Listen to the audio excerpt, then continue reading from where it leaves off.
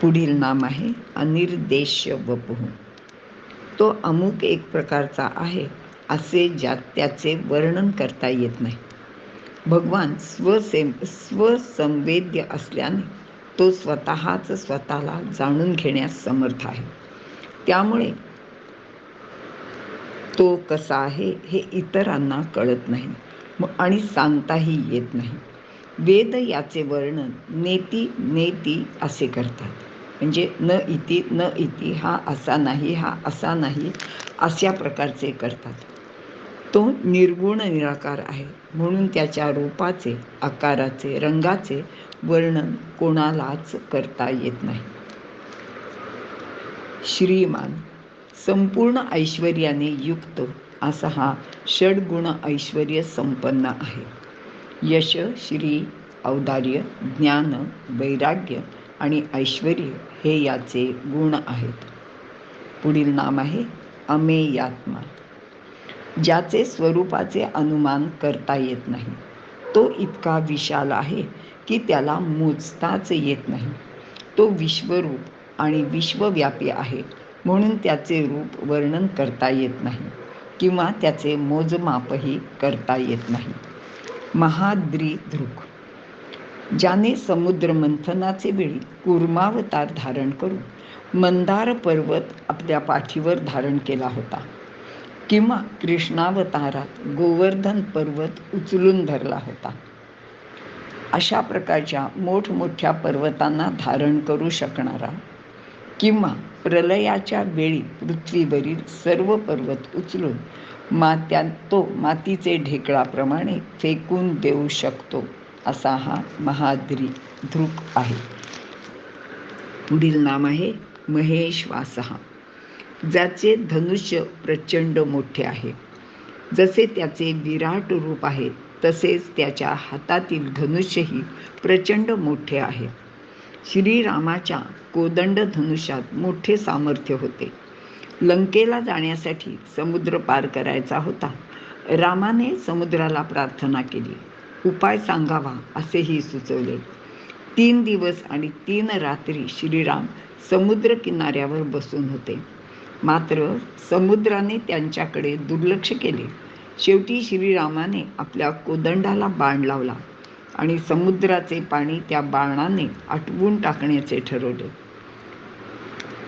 श्रीरामांच्या या धनुष्यामध्ये समुद्राचे जल शोषून टाकण्याची प्रचंड ताकद होती. याच धनुष्याने श्रीरामाने रावणासारख्या अनेक बलवान राक्षसांचाही नाश केला होता. मही भरता पृथ्वीचे भरण पोषण करणारा, भूदेवीचा म्हणजे पृथ्वीचा भरता म्हणजे पती.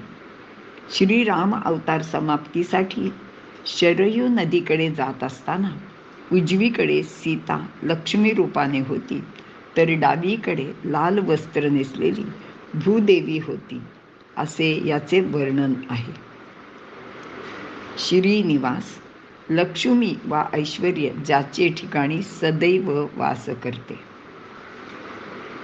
सतांगती सत्पुरुषांना, सज्जनांना मार्गदर्शन करणारा किंवा ज्याच्यापर्यंत जाऊन पोचण्याची सज्जनांना अतिशय उत्कंठा असते असा हा भगवान किंवा नारायण. सज्जनांची उत्तम गती हाच आहे की याशिवाय जे त्याची इतर कोणत्याही अन्य भावाने उपासना करतात त्यांनाही अशी गती प्राप्त होते. गीतेमध्ये वर्णन केले आहे की यांती देवव्रता देवान पितॄन् यांती पितृव्रता भूतानि यांती भूतेजा यांती मद्या जिनोपी मा. अनिरुद्ध ज्याला कोणीही विरोध करू शकत नाही किंवा ज्याला कोणी अडवू शकत नाही, याच्या कार्यात कोणी अडचण निर्माण करू शकत नाही. पुढचं नाम आहे सुरानंद. देवांना आनंद देणारा. इंद्राला विजय मिळवून दिला होता म्हणून देवांना आनंद झाला म्हणून याचे नाव सुरानंद असेही म्हटले जाते. श्रीराम अवतारात रावणाने सर्व देवांना कैदेत टाकले होते. श्रीरामाने रावणाचा वध करून या सर्व देवांना त्याच्या कैदेतून मुक्त केले होते. पुढील नाम आहे गोविंद. पृथ्वी प्राप्त करून घेणारा किंवा गायी पाळणारा, गायींचे रक्षण करणारा, तसेच श्रेष्ठ अशा वेदस्वरूप वाणीने युक्त असलेला आणि इंद्रियांवर स्वामित्व असलेला किंवा इंद्रियांना अधीन ठेवणारा.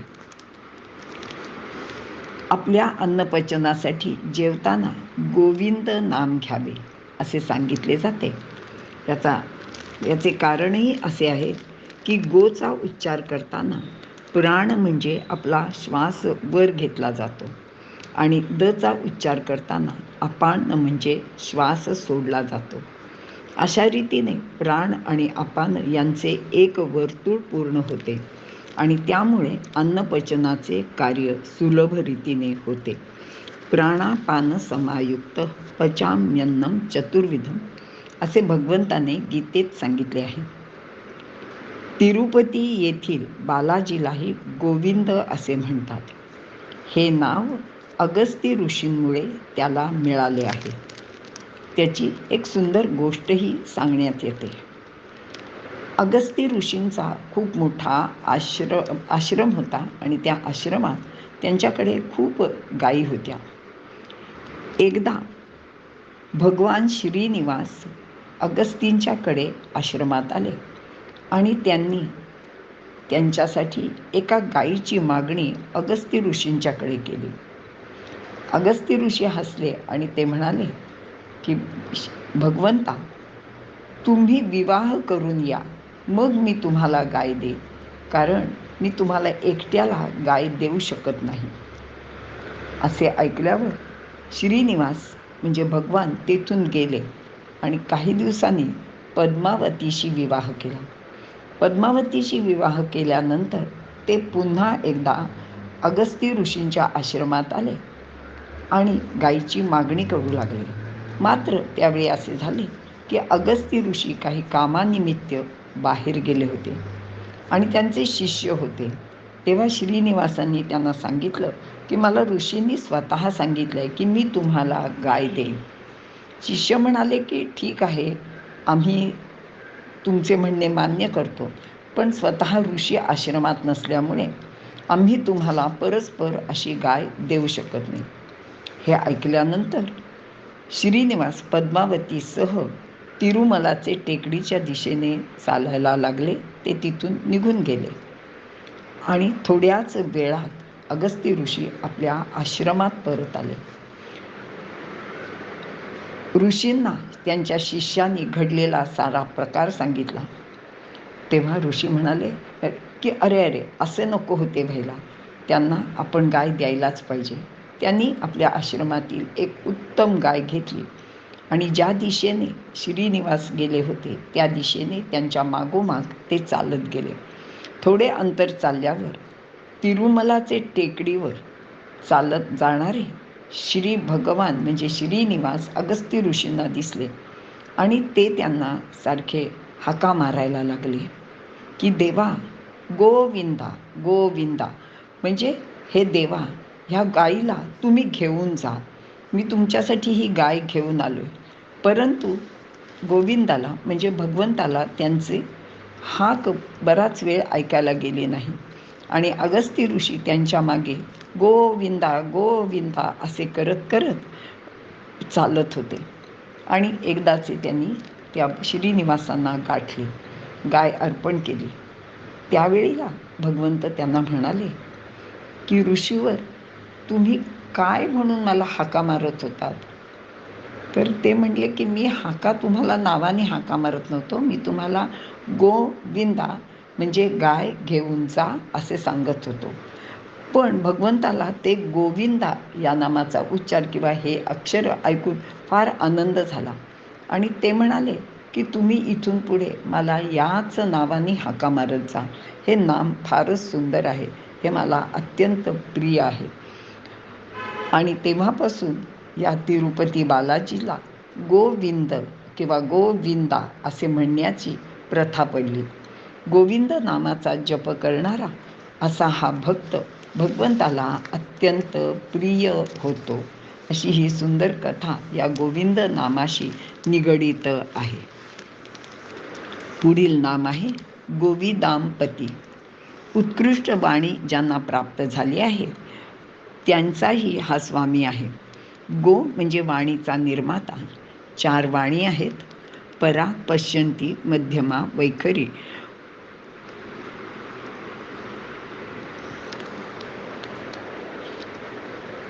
परावाणीशी